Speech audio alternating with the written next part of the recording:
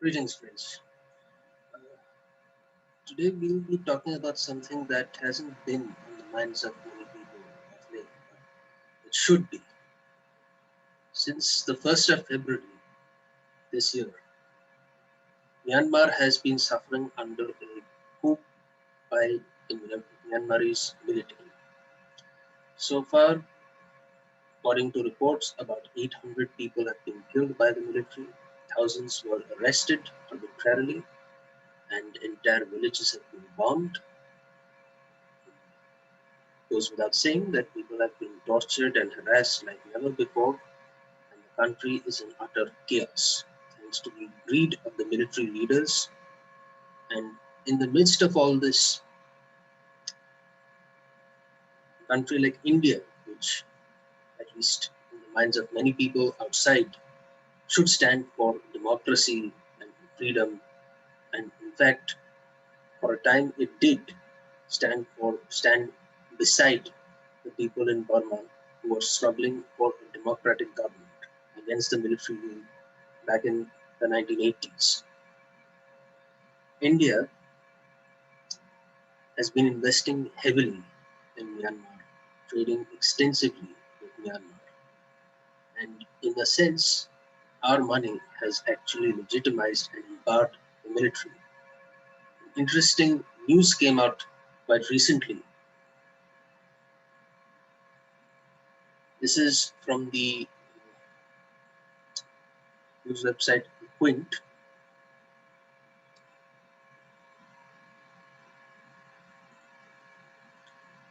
So Adani and Myanmar military-owned company in $290 million port deal. This has become a big scandal. Adani, as we know very well, is a company that is very closely linked with the BJP politically and through many underhanded ties. It is one of India's major private port handlers. The Adani Group, according to this report, has reportedly invested $290 million in a commercial deal with a holding company controlled by Myanmar's armed forces, who have been accused by the UN investigators of committing genocide and crimes against humanity.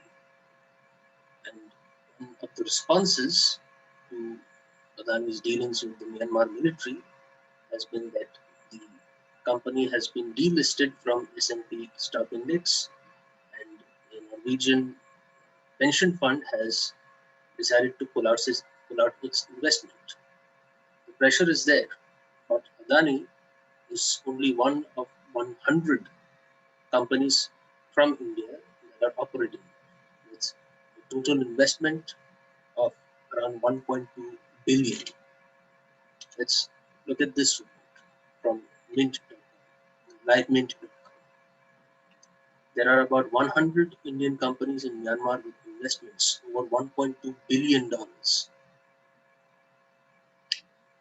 Indian business community have a wait and watch mode, though not unduly worried about the news. Every detailed state concerns detailed state council in Sansuki and ceasefire earlier in February. There's an old article, but what it shows here is the scale of investment and engagement.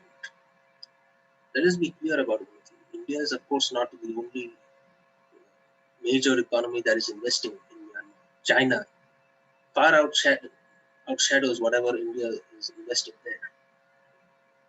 Let's just go over a few basic numbers here.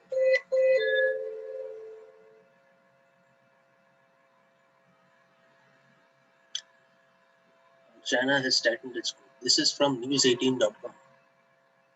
While China is rapidly making inroads into Myanmar, Indian economic presence has been more or less limited to 2010. That is about $1 billion worth of trade between India and Myanmar. While China's trade with Myanmar has boomed to about 11 billion. And in addition to this, apart from the dependence in trade between Myanmar and China, a huge proportion of critical areas of the Myanmarese economy has now come into Chinese control. Primarily the garments industry, which uh, Chinese and Hong Kong based companies have a major stake, and in critical infrastructure like port and oil pipelines. Remember, Myanmar primarily is a country that relies on exporting oil and natural gas, as well as allowing for the exploitation of cheap labor on its soil. This is the economy that the military junta presides over. This is its entire money making project, the means by which it can sustain power. The Chinese do not have the level of scrutiny or do not have the same amount of pressures that it is exposed to that a company like Adani would. The Chinese can far more freely invest and get its intended targets from Myanmar. And in doing so, it plays the leading role in empowering the Burmese military. And of course, cynically minded articles like this from News 18 would justify greater, greater Indian participation in Burma with the intent, sole intent, of countering China. What gets lost in this is the question of principle. We would be abandoning the people of Myanmar who are suffering under the yoke of military rule. We would be abandoning the Myanmarese working class who are struggling against immense odds. And realistically, we should not expect leftists and people who are Marxists should not expect the Indian government to act on principles. We know for a fact that capitalist governments do not act on principles. The United States of America, which is the world's oldest democracy, has deep ties with a country like Saudi Arabia, a reactionary monarchy. The only real,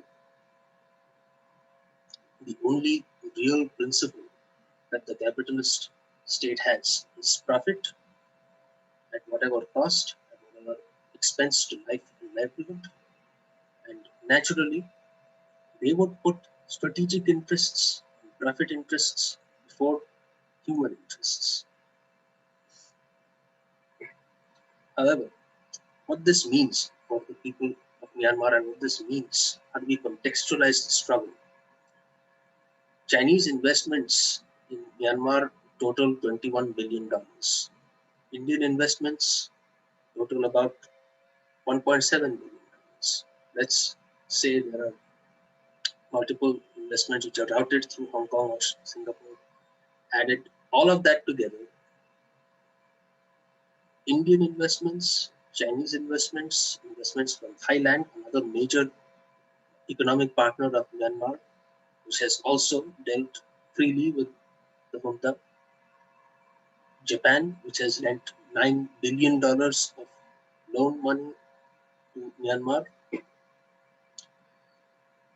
All of this added comes up to a sum of that would be about half Myanmar's total annual GDP of $75 billion, nominal figure of $75 billion.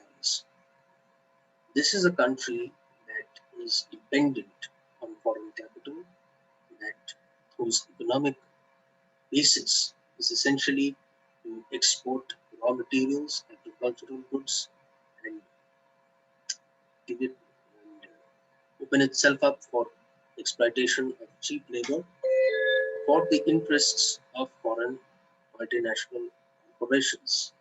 Presiding over this economy is a military clique that is corrupt, that is brutal, and that is interested in its own power, its own economic hegemony over that of the interests of its people.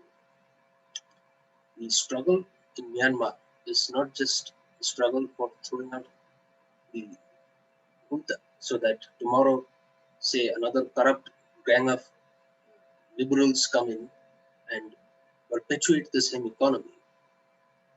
The struggle must become a struggle for national self-determination, for to free itself from the yoke of imperialism and to free itself from the yoke of this military rule.